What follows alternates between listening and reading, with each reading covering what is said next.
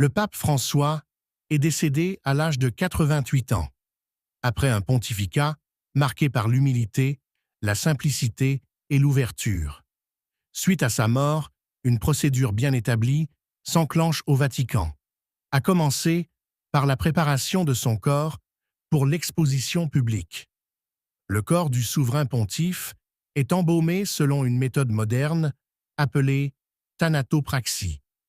Contrairement aux pratiques du passé, cette technique n'est pas une momification, mais une conservation temporaire, destinée à ralentir la décomposition et à préserver l'apparence du défunt.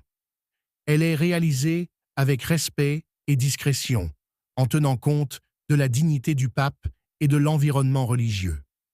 3 jours après sa mort, le pape François est exposé dans la basilique Saint-Pierre, à Rome.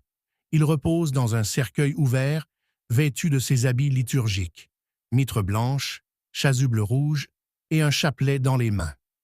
L'exposition permet aux fidèles de venir lui rendre un dernier hommage.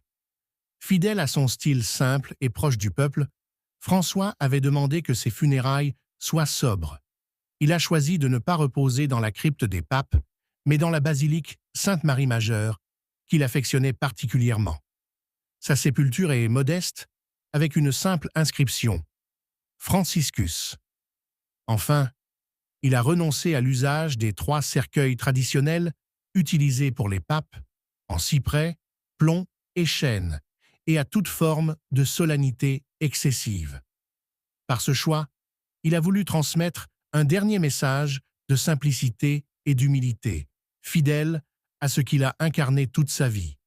En somme, la mort du pape François nous rappelle que même dans la grandeur d'une fonction millénaire, il est possible de rester fidèle à des valeurs simples, humaines et profondément spirituelles.